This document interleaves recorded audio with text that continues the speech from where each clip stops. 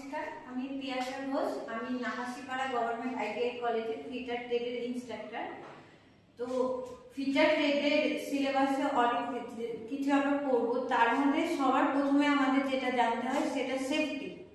Safety সম্পর্কে যে ধারণা আমাদের কাজ করার সময় প্রচন্ড ক্লিয়ার থাকতে হবে, কারণ অ্যাক্সিডেন্ট কখনো বলে আসে না, কিন্তু অ্যাক্সিডেন্টকে আমরা কন্ট্রোল করতে পারি।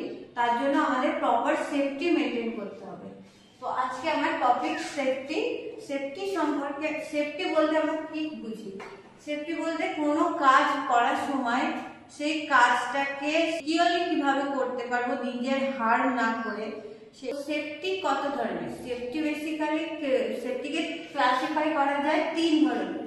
সেফটি তিন ধরনের হয়: পার্সোনাল সেফটি, জেনারেল সেফটি এবং মেশিন সেফটি। পার্সোনাল সেফটি বলতে বোঝায় আমার নিজের যে সেফটি, কাজ করার সময় আমি নিজের প্রতি যে সুরক্ষা অবলম্বন করব সেটা পার্সোনাল সেফটি।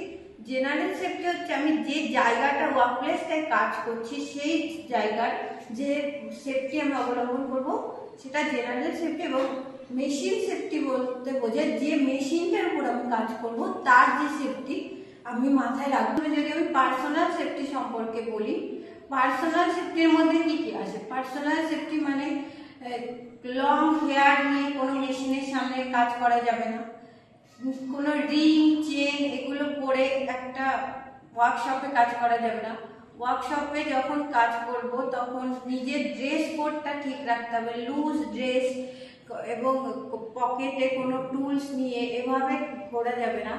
তারপরে কোনো মেশিন, যে মেশিন সম্পর্কে আমি জানি না সেই মেশিনে অকারণে হাত দেওয়া যাবে না।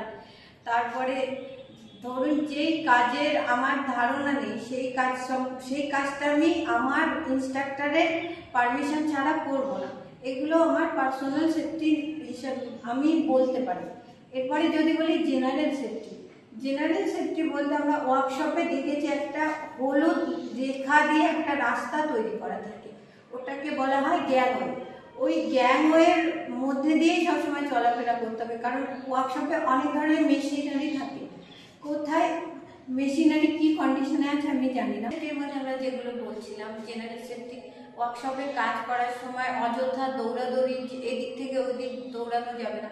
কাজ করার সময় নিজের কাজে কনসেন্ট্রেট করতে হবে, গল্প করা যাবে না, অকারণে হাসি মজা এসব ওয়ার্কশপে করা উচিত নয়। এগুলো আমার জেনারেল সেফটি আমি বুঝলাম।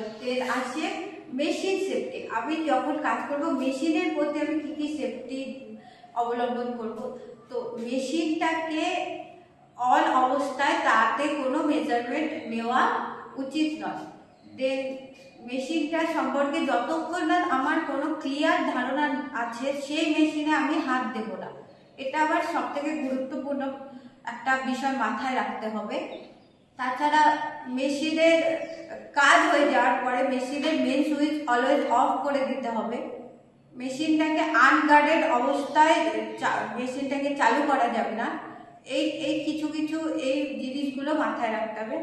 তো আজকে আমি ক্লাসে কি কি জানলাম, সেফটি কি, সেফটি কত ধরনের হয়, সেটা জেনারেল সেফটি, পার্সোনাল সেফটি এবং মেশিন সেফটি, এবং সেগুলো কি কি ভাবে আমি মেনটেন করতে পারি। আজকে ক্লাস এতটুকু। Thank you.